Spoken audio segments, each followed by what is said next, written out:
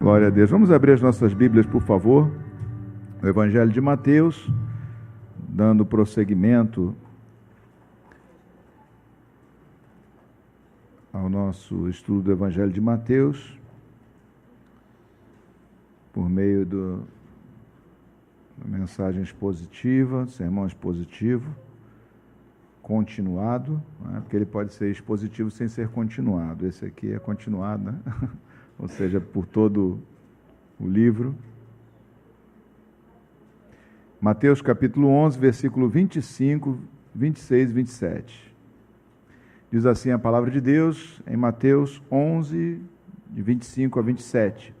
Por aquele tempo exclamou Jesus: graças te dou, ó Pai, Senhor do céu e da terra, porque ocultaste estas coisas aos sábios e instruídos, e as revelaste aos pequeninos.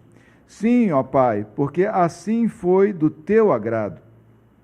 Tudo me foi entregue por meu Pai. Ninguém conhece o Filho, senão o Pai, e ninguém conhece o Pai, senão o Filho, e aquele a quem o Filho o quiser revelar. Senhor, graças te damos pela tua palavra, Pai. Te pedimos que por meio dela tu venhas nos dar entendimento, sabedoria, venhas nos dar, ó Pai amado, compreensão da tua vontade, do teu propósito, da maneira como tu ages nas nossas vidas e também através de nós, Pai. Então, Senhor, em nome de Jesus nós pedimos isso. Fala conosco nessa manhã e edifica-nos, ó Pai, na tua palavra, pois a tua palavra é a verdade. Que a tua palavra ganhe no nosso coração, ó Pai amado, sentido, compreensão, para que assim possamos recebê-la plenamente em o nome de Jesus. Amém e glória a Deus. Podemos sentar, irmãos.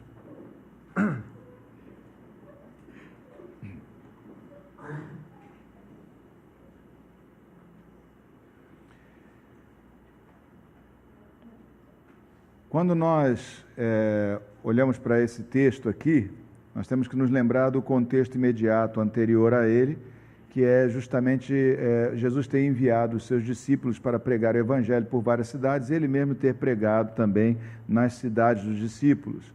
Então, quando ele fala aqui daquilo que foi revelado, né, ele está falando da pregação do Evangelho, da palavra que ele veio trazer, da notícia, da doutrina, do conhecimento, da revelação que ele veio trazer a partir da pregação do Evangelho. Então, quando nós lemos isso, temos que ter em mente esse contexto, porque é disso que o Senhor está falando aqui. E aqui diz então que ele, naquele tempo, né, ou seja, naqueles dias, exclamou Jesus: graças te dou, ó Pai, Senhor do céu e da terra, porque ocultaste estas coisas dos sábios e instruídos e as revelaste aos pequeninos. Deus não está, a palavra de Deus, muito embora deve ser pregada a todos, até porque nós não sabemos, ou melhor, temos da parte do Senhor essa ordem para pregá-la a todos, mas Deus, quando Ele está falando, Ele não está se dirigindo a todos ao mesmo tempo, não no sentido salvífico, não no sentido da salvação. A palavra de Deus, na verdade, ela está direcionada àqueles, né, que a têm recebido de coração. Lá em Tiago, capítulo 4, versículo 6, a palavra de Deus registra que Deus resiste aos soberbos, mas aos humildes Ele dá a sua graça.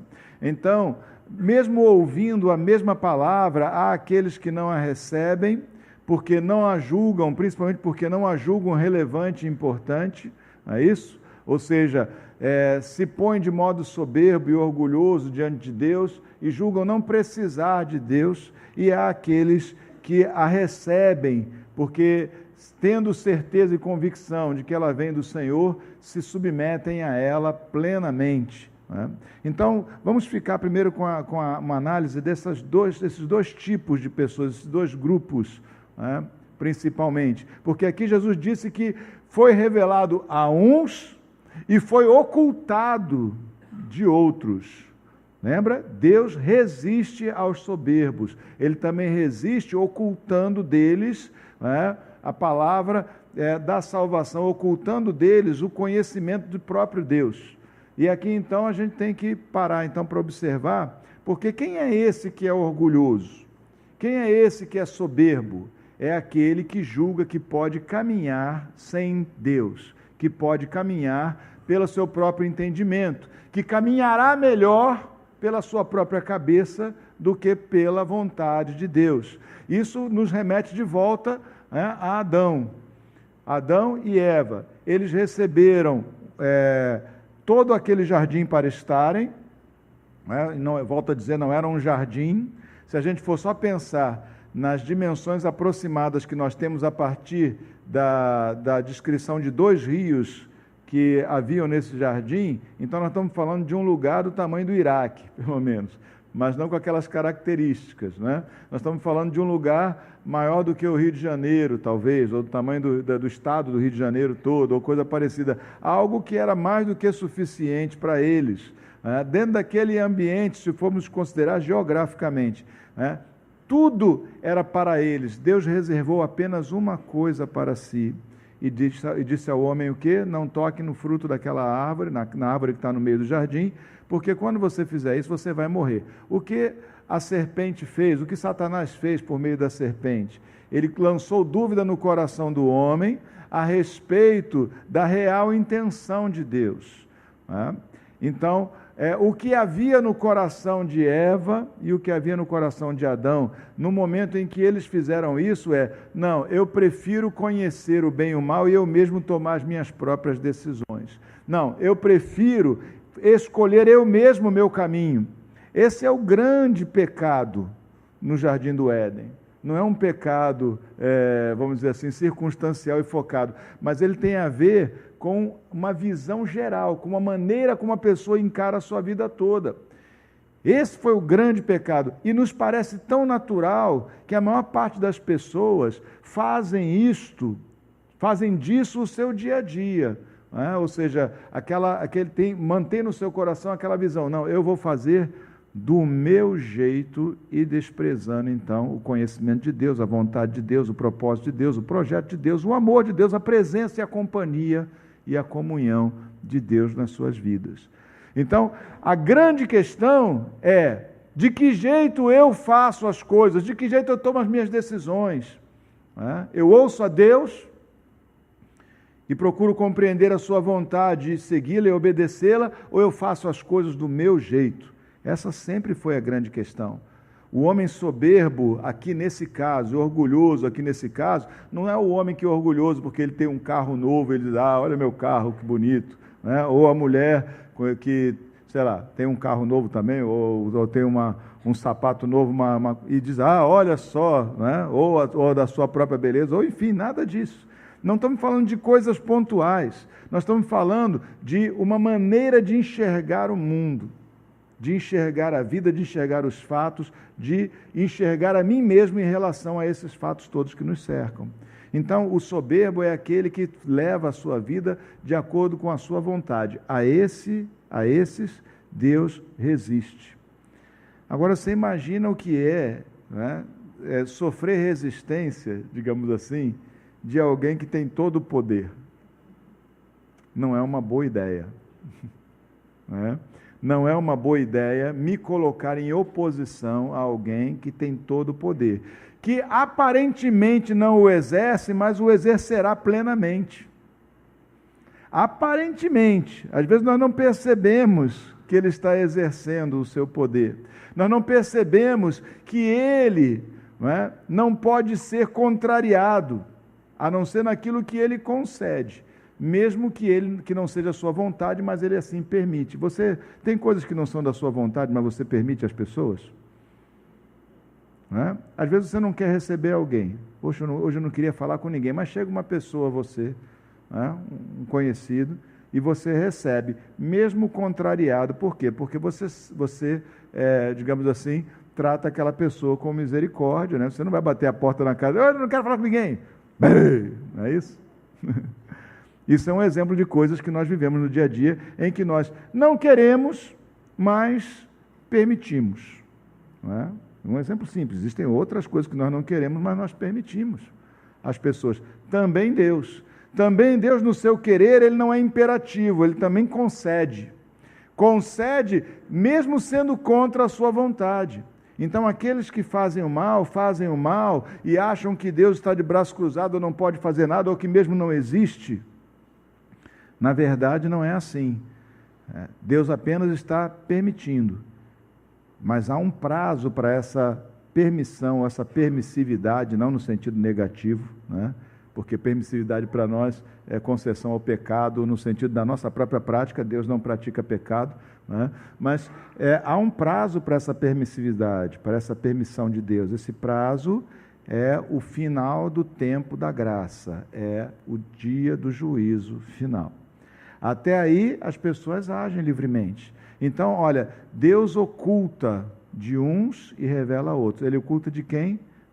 Ele oculta, nós vamos ver, se nós olharmos pelo todo da palavra, nós vamos ver que esses são os soberbos. São aqueles que andam pelo seu próprio caminho, segundo a sua própria inteligência, negando a Deus, a sua condição divina de nos conduzir, nos dirigir e fazer isso amorosamente, como sempre o Senhor faz em nossas vidas. Mas ele concedeu a outros, ele não concedeu aos grandes, aos sábios, o que Jesus diz aqui, olha, ocultaste essas coisas dos sábios, dos instruídos, o que Jesus está dizendo, daqueles que sabem de tudo, aquele que acha que sabe, tu ocultaste dele. Aqueles que se fiam, que confiam no seu entendimento, aqueles que andam segundo a sua cabeça, tu ocultaste deles. Por quê? Porque eles são soberbos, porque eles rejeitam o conhecimento de Deus, porque eles acham que sabem mais do que Deus, porque eles querem agir do jeito deles. E nós, às vezes, fazemos assim. Nós, às vezes, tomamos nossas decisões, fazemos as nossas escolhas, excluindo a vontade de Deus. Excluindo, não é desavisadamente transgredindo, não, é excluindo. Para e pensa se de vez em quando você não toma as suas atitudes pela sua própria cabeça. Não, eu quero fazer desse jeito. E não quer nem muito pensar, é sondar ou refletir. Nessas horas, nós estamos agindo segundo o espírito desse mundo e não segundo o espírito de Deus. Na verdade, nós, como seres humanos, vivemos um certo dualismo, nesse sentido, uma certa dupla personalidade, não seria bem um dualismo não, porque nós agimos dessa forma, e é explicável, por quê? Porque nós somos carnais e espirituais, ainda habitamos na carne, ainda temos a nossa vontade carnal, humana, assemelhada à de Adão, mas opera em nós também o Espírito de Deus, trazendo sobre nós a vontade de Deus, essa lei que nós amamos e que nem sempre conseguimos realizar em nossas vidas. Então não vamos jogar isso na conta daqueles que se perdem, mas aqueles que estão achados em Cristo também às vezes agem como se fossem do outro jeito. Por isso, graças a Deus pela sua misericórdia, graça e bondade, porque não nos lança fora da sua presença por causa dessas nossas teimosias. Amém? Porque tem gente que faz literalmente bico mesmo. Faz mesmo. O pastor vê isso muito, que a gente vai falar com a pessoa, falando, não faz assim, isso aí é contra a vontade de Deus. Você vê que a pessoa crispa a cara, é como se ela estivesse dizendo, eu não quero ouvir isso, não fala isso, para que está dizendo isso para mim? Deixa eu fazer do meu jeito. Porque você vai ficar botando minhoca na minha cabeça, agora eu vou ficar cheio de culpa. Está culpado mesmo, filho. Culpa faz parte de quem está errado. É bom, quando a gente está errado, é bom que a gente se sinta culpado mesmo. Porque senão você virou o quê? Alguém incontido, vai fazer tudo o que quiser. Geralmente essas pessoas, a ciência chama de psicopata. Eles fazem o que dá prazer a eles e só agem sem culpa. Quando um psicopata freia, detém a sua ação, ele detém por medo, porque ele tem medo da circunstância, não é por culpa não, ele só não mata porque ele tem medo da punição, ele só não faz alguma coisa porque aquilo vai atrapalhar a ele, mas não tem nenhum sentimento de identificação com o outro, Então estou só dando um colorido assim mais tingido, Diga assim para você mesmo, eu não sou um psicopata, portanto eu sinto culpa. Fala, você sente culpa? Você sente culpa, e essa culpa é o quê? Convencimento do Espírito Santo, ele nos convence do pecado, da justiça, ou do juízo. Se você for pensar em alguns psicólogos ou algumas teses de psicologia, que são alguns conselhos psicológicos que se dá às vezes, são tentativas de remover a culpa quando a culpa deveria permanecer. Não, vai lá, isso aí é relativo, não, isso aí é coisa de religião. Hoje em dia é tudo assim, né? É isso? Então, se alguém não faz alguma coisa que os outros esperam, isso é porque ele é religioso. É porque eu tenho mesmo fé em Cristo e eu sinto culpa quando eu contrario aquele com quem eu vou passar a minha eternidade. Aquele que me ama, que morreu por mim, que deu tudo por mim na cruz do Calvário. Eu sinto culpa porque eu não sou psicopata, porque eu me identifico com o querer do outro, no caso o querer de Cristo, e eu fico triste quando eu sinto que eu entristeci o coração dele. Que o Espírito vem e me convence do pecado, da justiça e do juízo. Esses são os soberbos, a quem Deus tem ocultado os milagres, os sinais, os prodígios. Olha o que está escrito lá em Lucas, olha o que Jesus fala para os seus discípulos. No texto, temos um texto, os evangelhos, eles têm harmonia entre si, não é? Eles estão contando a mesma história, sob óticas diferentes, de pessoas diferentes, e que pontuaram coisas que lhes chamaram mais a atenção, não é? Por isso é que são 4 e são maravilhosos em serem 4. Jesus falou a mesma coisa aqui em Lucas capítulo 10, versículos de 21 a 24. Na verdade, versículos 21 a 22, Jesus falou exatamente a mesma coisa. Aí nos versículos 23 e 24, ele fala em particular aos seus discípulos, e Lucas registrou e Mateus não. Ele diz assim: voltando-se para os seus discípulos, disse-lhes particularmente: bem-aventurados os olhos que veem as coisas que vocês veem, que vós vedes. Pois eu vos afirmo que muitos profetas e reis quiseram ver o que vedes, o que vocês veem, e não viram, e ouviram o que vocês ouvem, e não o ouviram. Muitos profetas e reis quiseram ter a revelação que nós temos de Deus. Profetas, não está falando só de reis, porque muitos reis foram ímpios, mas estamos falando de profetas, pessoas reconhecidamente, né, homens de Deus, com quem Deus falou na antiguidade. Muitos profetas quiseram ouvir e ver as coisas que nós vimos e ouvimos, que os discípulos e nós, consequentemente. Que coisas são essas? Os milagres de Deus, meus irmãos. Aquele que se ensoberbece não vê a glória de Deus, não vê os milagres de Deus. Ele põe na conta do acaso, na conta da sorte, na conta da sua esperteza, mas ele não põe na conta de Deus. Não põe na conta de Deus.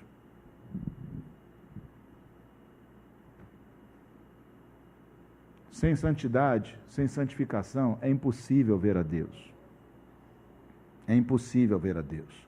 Ou seja, sem entronizar o Espírito Santo no seu coração, sem deixar que o Espírito Santo te dirija, te governe, porque santidade não é exclusão meramente de pecados, não. Isso é um dos aspectos da santidade, excluir pecados, mas é acrescentar comunhão espiritual, andar no Espírito.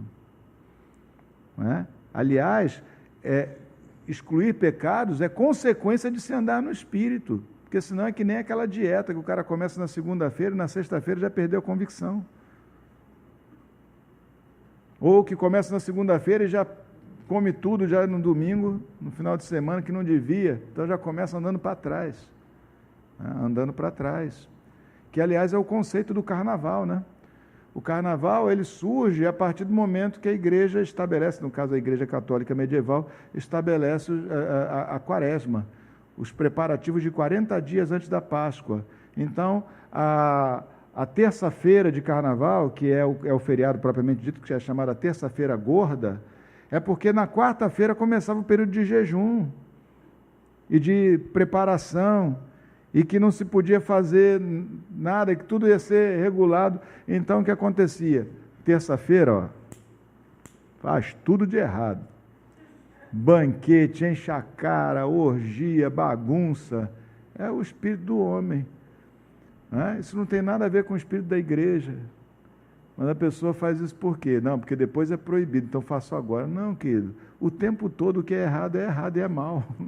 né? Então Deus resiste aos soberbos, né? Aos humildes Ele dá a graça, a graça, né? Ele diz aqui, sim, ele fala, graças te dou, ó Pai, Senhor do céu e da terra, isso de novo lá no Evangelho de Mateus capítulo 11, porque ocultaste essas coisas dos sábios e instruídos e as revelaste aos pequeninos. Interessante ele chamar de pequeninos, porque ele não está falando de pequeninos, né? Essa palavra, né? Ela nos dá a entender justamente aqueles que estão em crescimento, que são pequeninos, então eles vão crescer ainda, né? Eles têm espaço de crescimento ainda. Aquele que é humilde diante de Deus, ele se coloca diante de Deus como tendo Deus como pai, ele é a criança de Deus. Diga assim para o seu irmão, nós somos as crianças de Deus. Vamos lá. Entende? Porque para o pai não importa, para os seus pais, assim como para os seus pais nunca importou a idade que você tinha, eles sempre acharam que você era o filhinho deles, também para Deus é assim. Nós somos as crianças de Deus, nós temos espaço de crescimento ainda, entende? Nós somos pequeninos, então a nós está sendo revelado, por quê? Porque nós é que paramos diante do Pai para escutar Ele e reputamos a sua palavra como sendo verdadeira. Eu não sei quem foram seus pais, talvez eles podem até não ter sido pessoas de bom testemunho e você ter sérias restrições a eles. Mas quando você era pequenininho, o que eles falavam tinha peso de verdade absoluta. Se teu pai falou que tinha fantasma, você acreditou em fantasma há muito tempo, talvez até acredita até hoje.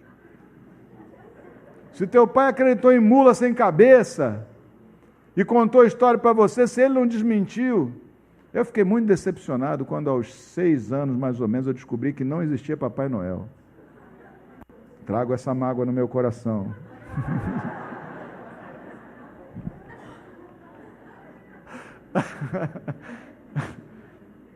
Porque eu me senti envergonhado, porque eu ainda defendi a ideia diante dos meus amigos. Eu disse, não, tem sim, minha mãe falou.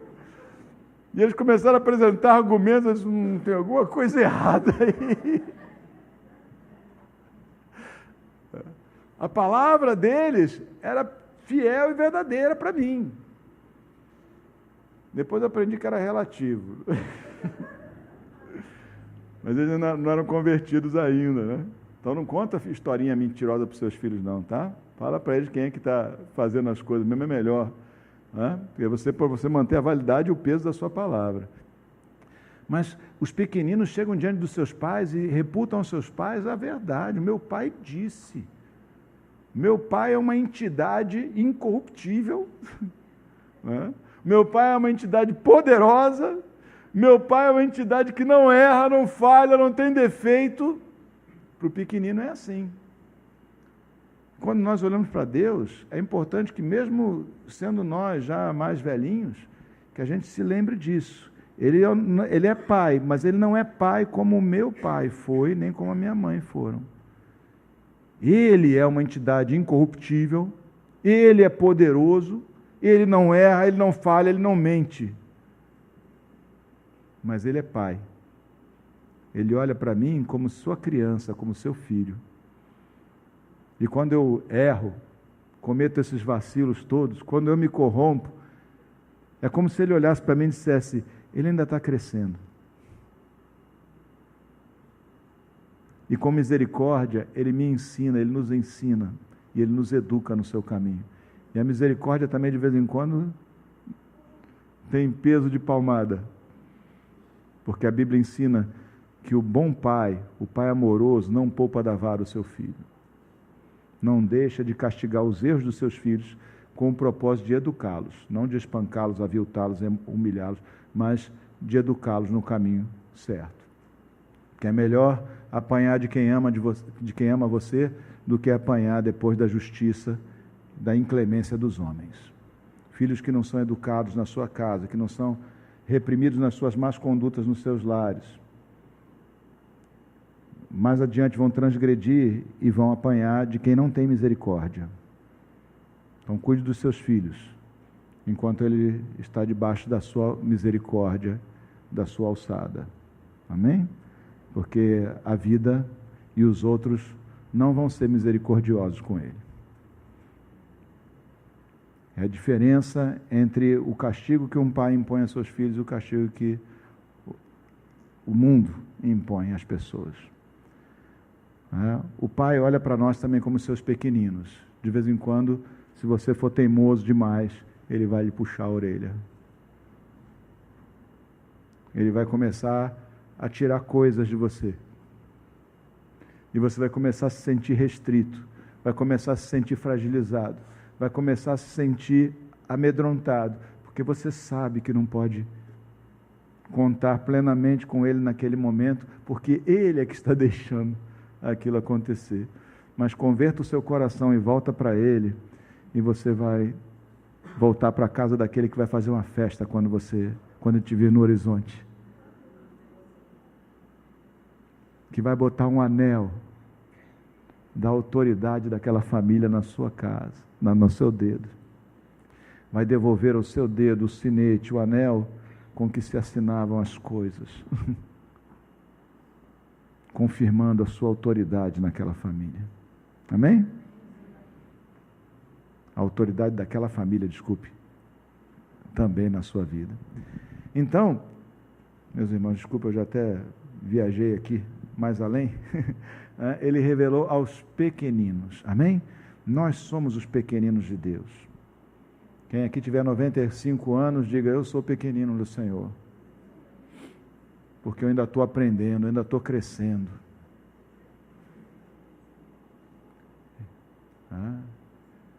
O homem que, eu não me lembro mais o nome dele, mas o homem que pela primeira vez conquistou o Everest, subiu ao cume do Everest, no caso foram dois, né? Foi um Sherpa, um homem local, que coitado não levou a fama, mas um outro que era um inglês, se não me engano, eu esqueci o nome dele, desculpem. Ele fracassou algumas vezes antes de chegar ao primeiro sucesso, e ele foi no clube, numa reunião, num congresso de pessoas, de montanhistas, né? E tinha uma grande foto do Everest. Ele tinha fracassado na sua conquista do Everest. Mas aí ele, no meio da sua palestra, ele apontou para aquela foto, ele disse: Everest, você me venceu. Né? Você me ganhou, eu fui derrotado. Mas você parou de crescer e eu ainda estou crescendo. Né? Você não cresce mais, o desafio não aumenta mais do que isso, mas eu estou crescendo e estou aumentando as minhas capacidades, e de fato veio a conquistar depois. Não é isso? Estamos em crescimento. Tem coisas que nós conquistaremos mais adiante e outras que nós conquistaremos só no último dia, quando nós formos glorificados por Deus. Tudo me foi entregue, disse Jesus, por meu Pai. Ninguém conhece o Filho senão o Pai, ninguém conhece o Pai senão o Filho, e aquele a quem o Filho o quiser revelar. Primeiro ponto aqui a destacar é: tudo me foi entregue. Jesus falou em outra ocasião: toda a autoridade me foi dada nos céus e na terra. Tudo foi entregue a Ele. Tudo. Tudo o Pai entregou em suas mãos. Jesus governa sobre todas as coisas. O que Jesus está dizendo aqui é: eu sou Deus. Tudo é meu. Eu sou Deus. Mais uma vez, de modo indireto, é o que está sendo dito aqui. Tudo me foi entregue. E aí ele diz: eu conheço o Pai me conhece, e só conhece o Pai o Filho, né? Ou seja, só eu conheço o Pai, e aquele a quem eu quiser revelar. Então não há caminho de revelação de conhecimento de Deus senão por meio de Jesus Cristo. Ele é o caminho, Ele é a verdade, Ele é a vida. Apenas Ele revela. Se você chegou ao conhecimento de Deus, chegou porque Cristo intercede por você diante do Pai. Porque antes que você cresça em Jesus, Cristo morreu por você na cruz do Calvário. Ele tinha em mente você, particularmente. Ele tinha em mente a sua vida, a sua existência, mesmo que você só tenha nascido 2000 e poucos anos depois. Ele tinha em mente cada um de nós. E por isso Ele nos revelou o Pai, nos tem revelado o Pai. Amém? É uma escolha do Senhor. O Senhor fez essa obra, Ele começou essa boa obra e Ele vai levá-la até o fim. Porque Ele não tenta nada. Tudo que Ele tenta, Ele simplesmente realiza. Amém? Quem tenta coisas é você, eu. Porque eu não tenho certeza de conseguir realizar aquilo que eu intentei. Mas Ele não tem esse problema. Tudo que Ele quer realizar, Ele realiza. Por quê? Porque tudo lhe foi entregue. Porque Ele é Deus. Porque tudo pertence a Ele. E não foi entregue no tempo, não. Ele sempre foi Deus. Ele só está falando como pessoa humana. Porque nós estamos falando de Jesus, nós estamos falando de alguém que era inteiramente Deus e inteiramente homem. Um mistério. Como alguém pode ser inteiramente duas coisas, é um mistério. Assim como o Pai, Filho e Espírito Santo, como pode ser um Deus com três pessoas, também é um mistério. Não pertence ao nosso universo esse tipo de conceito, então a nossa mente que trabalha por analogia não consegue compreender. É um fato que para nós é incompreensível, mas ainda assim é um fato, porque o Senhor tem mostrado o seu poder e a sua autoridade, e Ele é o meu Pai, Ele disse que é assim, é a verdade, meu Pai sabe das coisas. Os pequeninos dizem isso. Meu Pai sabe das coisas. E Ele não mente. E Ele não falha. Ele não erra. Ele é Deus. Amém? Graças te dou, Pai, Senhor do céu e da terra, porque ocultaste essas coisas dos sábios e instruídos e as revelaste aos pequeninos. Senhor Jesus, obrigado, Senhor, pela Tua palavra. Obrigado, Senhor, pelo amor que tens conosco. Obrigado, Pai, por teres, ó Senhor amado, revelado, ó Pai, por meio de Jesus, por ação do Teu Espírito, teres revelado a nós, ó Senhor amado, quem Tu és. Ajuda-nos a sermos, ó Senhor amado, de fato humildes, ó Deus. A compreendermos-nos e a enxergarmos-nos como pequeninos diante do Seu Pai. Como gente que ainda tem muito para crescer e que, portanto, tem muito para ouvir. Como quem não sabe de todas as coisas e não sabemos mesmo. E assim temos mais a aprender. Temos tudo a aprender e a Ti não temos nada para ensinar. Quem poderia instruir a Ti, Senhor, que sabes todas as coisas? Quem poderia ensinar qualquer coisa, aquele que é o Seu Criador, que nos fez por completo e fez todas as demais coisas? Portanto, Senhor amado, humildemente nos aproximamos de Ti, não com a pretensão de ensinar a Ti, ou de dizer para Ti o que é melhor, ou de dizer ao Senhor amado qualquer coisa que justificasse, que nos tornasse justos em qualquer coisa que contrariamos a Tua vontade. Toda vez que contrariamos a Tua vontade, nós somos injustos. Os meus sentimentos não são maiores do que a verdade. As minhas fomes e apetites não são maiores do que a verdade. A Tua palavra é a verdade. Tu, Jesus, és o caminho, a verdade e a vida. Perdoa-nos então, Senhor. Perdoa-nos, Senhor amado, os nossos pecados. Perdoa as nossas falhas, Senhor. Perdoa, Senhor amado, a nossa pretensão, às vezes, dizer, não, isso não se aplica a mim. Para mim, isso não se aplica porque eu estou sofrendo, a minha necessidade é diferente. Não é não, Senhor. Perdoa-nos, ó Pai. Quando nós não nos colocamos como pequeninos, mas queremos nos agigantar diante de Ti, ó Pai, e instruir a Ti, ensinar a Ti, escolher o nosso próprio caminho, fazer do nosso jeito.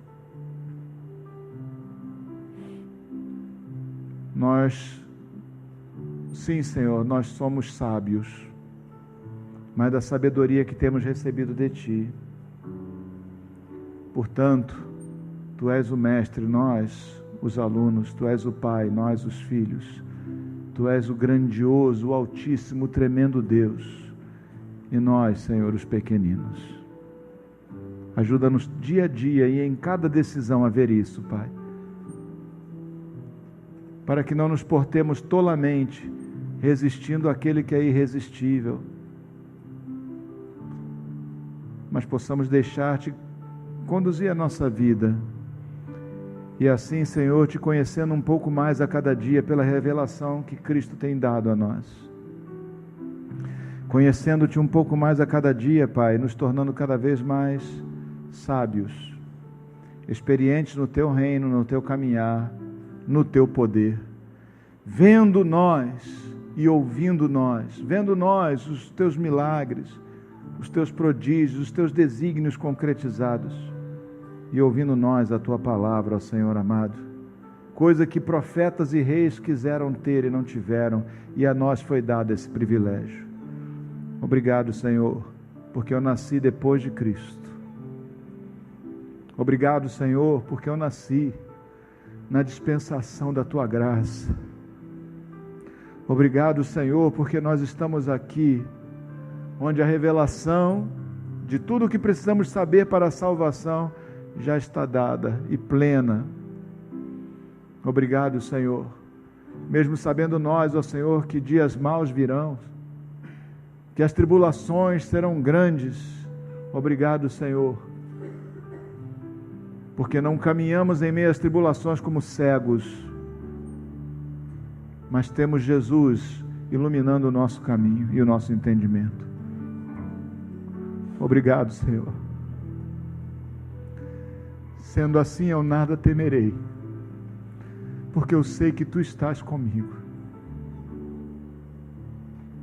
A Tua vara e o Teu cajado me consolam. Preparas-me uma mesa na presença dos meus adversários. Unges minha cabeça com óleo. Meu cálice transborda. Não há nada que eu precise que não esteja plenamente preenchido pela Tua graça e pela Tua generosidade.